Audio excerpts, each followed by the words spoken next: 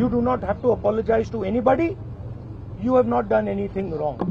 ना ये बेटियों को पढ़ने दे रहे हैं, ना ये बेटियों को बचने दे रहे हैं। मुसलमान नाम से इन लोगों ने जज किया कि मैं फरानाज, पहले इन्होंने मुझे मारने के बाद बस में बिठाया। शायद हमने अमित शाह का इस्तीफा मांग लिया होता तो इन्होंने हम पे सीधा गोलियां चला दी होती, बॉर्डर बना दिया होता जंतर मंतर को। मुझे इस तरीके से लगता है। सर ने मेरी शर्मा है, और ये मैं इसीलिए बता रही हूँ क्योंकि आजकल हर कोई मान के बैठा है कि मैं मुस्लिम हूँ, और इसीलिए मुझे और ज्यादा गालियाँ मिल रही हैं। जो हमारे यंग प्रोटेस्टर्स हैं अलग अलग स्टेट से, उनसे मेरी अभी मीटिंग हुई थी, डिस्कशन हुआ था, फ्रैंक डिस्कशन। सबसे पहले मैं इनके जैसे जो हजारों यंगस्टर्स हैं, इनका और उनका धन्यवाद करना चाहता हूं कि ये कॉन्स्टिट्यूशन के लिए लड़े, एजुकेशन सिस्टम के लिए लड़े और इंडिया के फ्यूचर के लिए लड़े। मेन डिस्कशन वायलेंस पे था, हिंसा पे था, और इनका कहना है कि इन्होंने किसी पर हिंसा नहीं की है, मगर इनका नॉन स्टॉप हरासमेंट हो रहा है, इनको धमकाया गया और इन पर लाठियां चलाई गई, इनको मारा गया। तो मैं चाहूंगा कि दो शब्द ये भी बोलें। बहुत अच्छा लगा क्योंकि मेन बात इन्होंने बोली कि देखिए, जब अन्याय होता है, चाहे किसी और पे भी अन्याय होता है, एज अ सिटीजन हमारी जिम्मेदारी है कि उस व्यक्ति को हम प्रोटेक्ट करें, उसकी रक्षा करें। और ये मुझे कॉन्स्टिट्यूशनल वैल्यू लगती है, नेशनलिस्ट वैल्यू लगती है। I am very proud of all of you. I am very proud of every single young person who has done this. You have done nothing wrong, and the question of accepting your apology does not arise. You do not have to apologize to anybody. You have not done anything wrong. I'd like to say two words in English. We had a freewheeling conversation with some of the young protesters. They mentioned to me how they were assaulted, beaten, threatened. I'm very proud of them. I'm very proud of what they have done, what thousands of young Indians like them have done. They have defended the Constitution.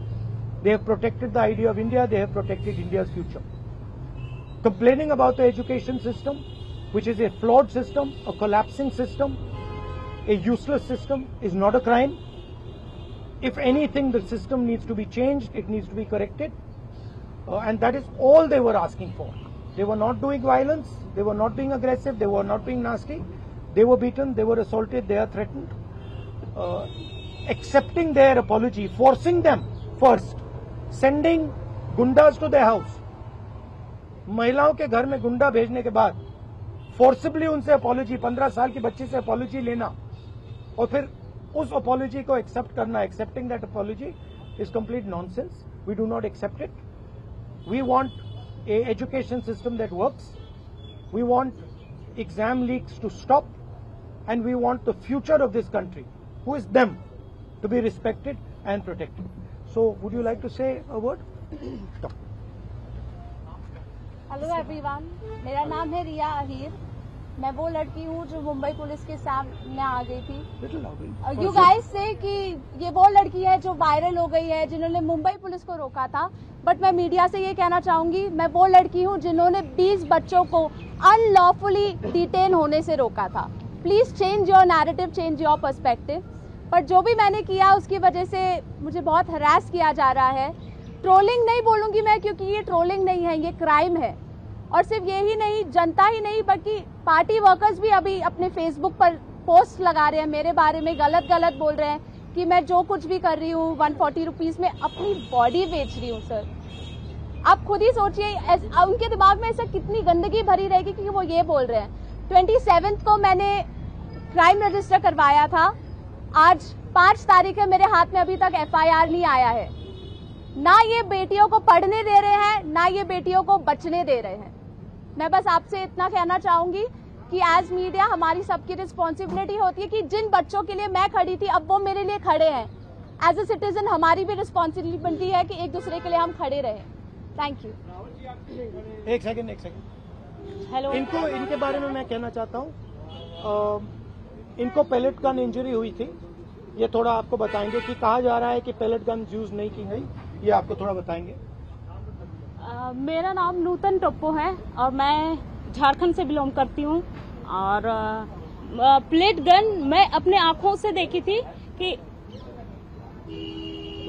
हमारे side gun point किया हुआ था और जैसे ही मैं मुड़ती हूँ ऐसे पीछे से मुझे गन फायर किया गया और मुझे अच्छी तरह से पता है मुझे गन से ही फायर में लगी है, प्लेट गन से ही लगी है, बस मुझे ये पता है। पर जब देश में जंतर मंतर में 20 तारीख और जब अन्याय के खिलाफ हमें खड़ा होने का मौका मिले हम खड़ा होंगे जरूर। मैं फरहानाज उत्तर प्रदेश से आई हूँ।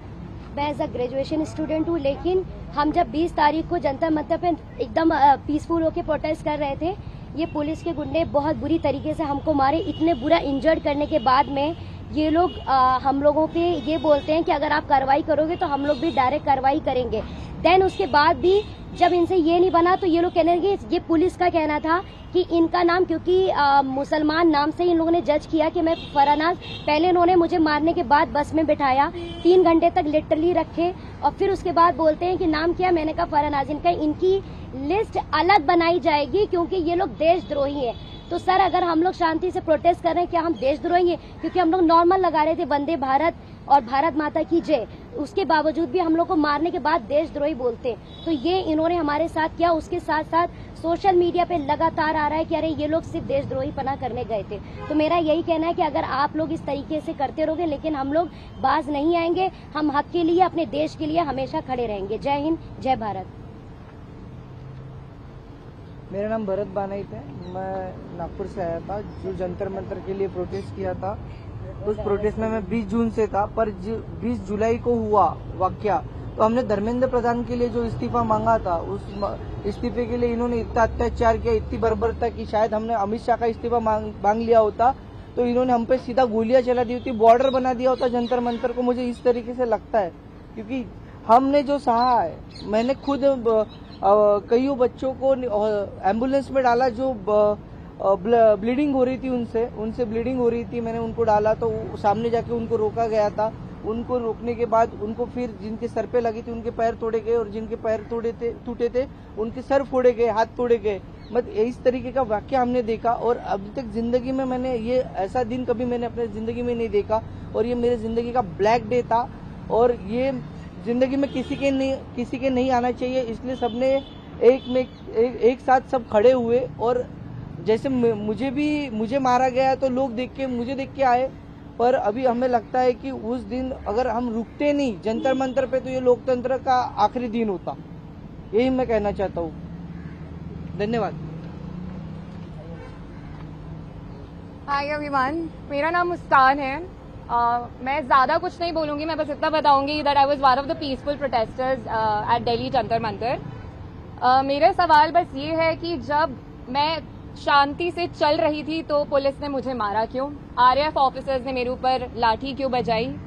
और जब ये साफ साफ रूल है कि आप थाई के ऊपर नहीं मार सकते हो और एक मेल ऑफिसर किसी लड़की को नहीं मार सकता, तो एक मेल आरएएफ ऑफिसर ने why did he try to jab a baton into my buttocks? मेरा बस इतना सा सवाल है।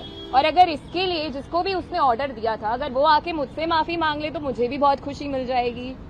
एंड सेकेंडली, क्योंकि मैंने बोला कि मेरा नाम मुस्कान है, मैं एडिशनली ये भी ऐड करना चाहूंगी कि सर ने मेरी शर्मा है और ये मैं इसीलिए बता रही हूँ क्योंकि आजकल हर कोई मान के बैठा है कि मैं मुस्लिम हूँ और इसीलिए मुझे और ज्यादा गालियां मिल रही हैं। And that does not tell anything about me, but that tells a lot about the narrative जो इस कंट्री में अभी सेट हो रहा है कि अगर इसने सरकार के खिलाफ बोल दिया तो ये तो मुस्लिम है, और जैसे ही आप किसी को मुस्लिम बना देते हो समहाउ वो अपने आप ही एंटी नेशनल कैसे बन रहा है। तो हम इस नैरेटिव को बहुत ज्यादा आजकल फॉलो कर रहे हैं और ये जितनी भी ट्रोलिंग आजकल हो रही है इंटरनेट पे, जितना भी हरासमेंट हम लोग फेस कर रहे हैं, ये इस कंट्री का नैरेटिव बताता है बहुत साफ साफ। थैंक्स। आप सब लोगों से सवाल है कि आप कह रहे हो इंटिमिडेट किया जा रहा है, आप कह रहे हो डराया जा रहा है, आपके ऊपर एक्शन हो रहा है. Even then you are standing here. What makes you standing here? No, but I want to say something else. Yeah. Which is even more powerful. Yes. That there are young people who are standing here in front of India's press. But Amit Shah and the Prime Minister don't have the courage to stand here. अगर ये बाहर जाएगा उसके बाद हमें रोज और गालियां पड़ने वाली हैं. What makes you standing here? They are क्योंकि Indian. कल को मेरे साथ गलत होगा, मेरे साथ कोई आके खड़ा नहीं होगा अगर आज मैं दूसरों के लिए आवाज नहीं उठाऊंगी. और ये ऐसी country, to be very honest, जिन लोगों को मेरी सुरक्षा करनी चाहिए उस दिन मैं उन्हीं लोगों से पिट रही हूँ. So as a woman of this country, please tell me where am I suppose to go to for my protection. मुझे बस आप इतना बता दीजिए. Just 1 second. One second. मेरा बस एक सवाल है जो भी ये देख रहा है उनसे, क्या जस्टिस आपको सिर्फ तभी मिल सकता है जब आप कोई कॉन्स्टिट्यूशनल वर्कर हो, या आर्टिकल 14 के हिसाब से जस्टिस सबके लिए इक्वल है? ये मेरा सवाल है. So no, last thing I want to say. 1 second. We're not taking any more questions. Last thing I want to say is that for them to come here, जो आपने बोला, it is an act of courage. It is not easy for them to come here. They are facing harassment, they are facing violence, they are facing torture, and I am very proud that they have the courage to speak so eloquently, so beautifully about what they are feeling.